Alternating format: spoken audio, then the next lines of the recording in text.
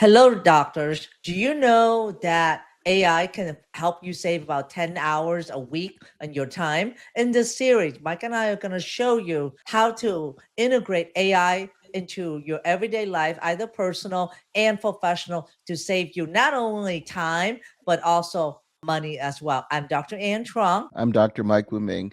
So, a number of you have already been pretty proficient in ChatGPT. I think they've done studies that most doctors, at least like majority of physicians, use AI, most notably ChatGPT, whether in their career or in their personal life. But you may have heard a lot about Claude of late, things such as Claude Code and Claude Cowork. And a lot of people are switching over to using Claude. I've been using both, and as well as a number of other AI services.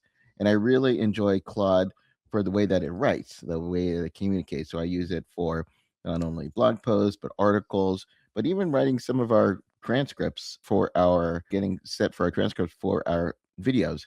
So if you're someone who wants to switch to Claude, you might be concerned that you started on Claude, but all that information, all that data that ChatGPT knows about you, you feel like you have to start from scratch. Well, you don't need to do that. What you need to do is to export memory from ChatGPT, and that's what we're going to show you how to do. So I'm going to actually go into ChatGPT first. So what you want to do is you just want to open ChatGPT and you want to paste this recommended prompt. And I think we can just give them access to that too, right? We just like Yep. Yep. so We can actually copy this. So if you want the prompt on how to prompt ChatGPT to export into Claude, we'll give you this prompt in Google Docs. So just check on the details of this episode. I do want to clarify that ChatGPT was the first AI that launched and Claude came later. And if you're like me, I've been using ChatGPT for everything. It has my memory in there, it has my projects in there, even all the custom GPT that we have been building. Well, then AI is changing almost daily as well. It seems like Claude is kind of overtaking ChatGPT. And that was the first question that came up to me. I'm like, oh my God, I'm too ingrained in ChatGPT now. I don't want to switch to another AI software because I have to recreate everything. The good news is Mike and I are going to show you today on how to do that with just a few clicks, and you're ready to rock and roll, whether this will be in Claude or Gemini, other AI that are coming up. Okay, Mike, go all for right. it. Yeah. And so we got this from Anthropic, which is the makers of Claude itself. And it's pretty simple. So they have a built in like import flow into Claude that uses a guided prompt to extract your memory from ChatGPT and then incorporate it into Claude's memory system. And this works for whether you decide to do the pro version or the max version of Claude, even the free version of Claude, this works for. So here's what you need to do. So you want to copy this prompt. It basically says, I'm moving to another service and need to export my data. And so I'm in ChatGPT. You're going to be using this. List every memory you've stored about me, about as well as any context you've learned about me from past conversations. Output everything in a single code block so I can easily copy it. Format it each entry as date saved. If available, memory content, make sure to cover all the following. Preserve my words verbatim where possible. Instructions I've given you about how to respond, etc. Personal details, projects, goals, recurring topics. Do not summarize group or omit any entries. Okay. Then all you got to do is send the prompt. So when it does that, here's ChatGPT, and it basically put pages and pages upon myself. And there's some areas where I think that they can improve. I'm actually taller than 5'4", the 175 pounds. Then it talks about myself, who I'm married to. It talks about founder of Bootstrap MD, founder of my practice. I built and sold multiple seven figures in my current project and initiatives. So it's going to do the same for you. So then what you're going to do is you're going to copy and paste all of this stuff. And then after we do this, we're going to go into Claude. Okay, now I'm going to need to switch over to Claude. All right, so we've copy and pasted all the information that ChatGPT knows about you. And then you can go ahead and go into the output.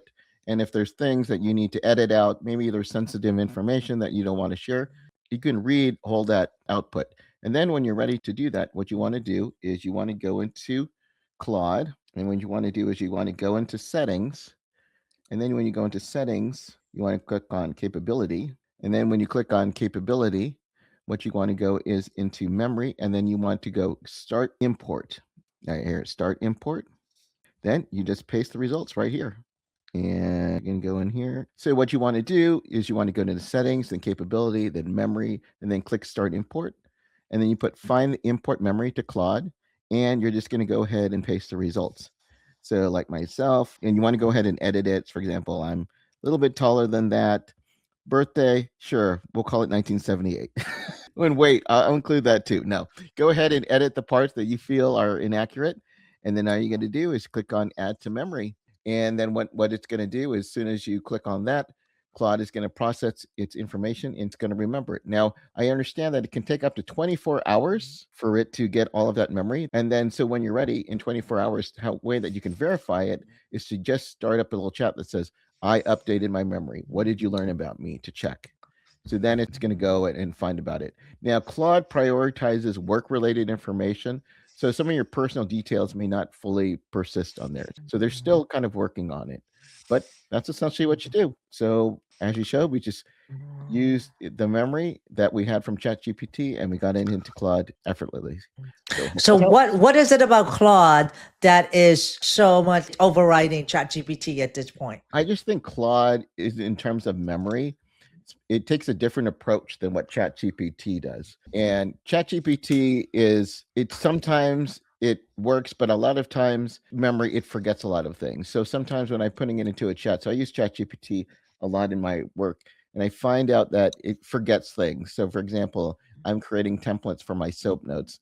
And then sometimes what it does is it doesn't remember certain things that I want included into my soap notes.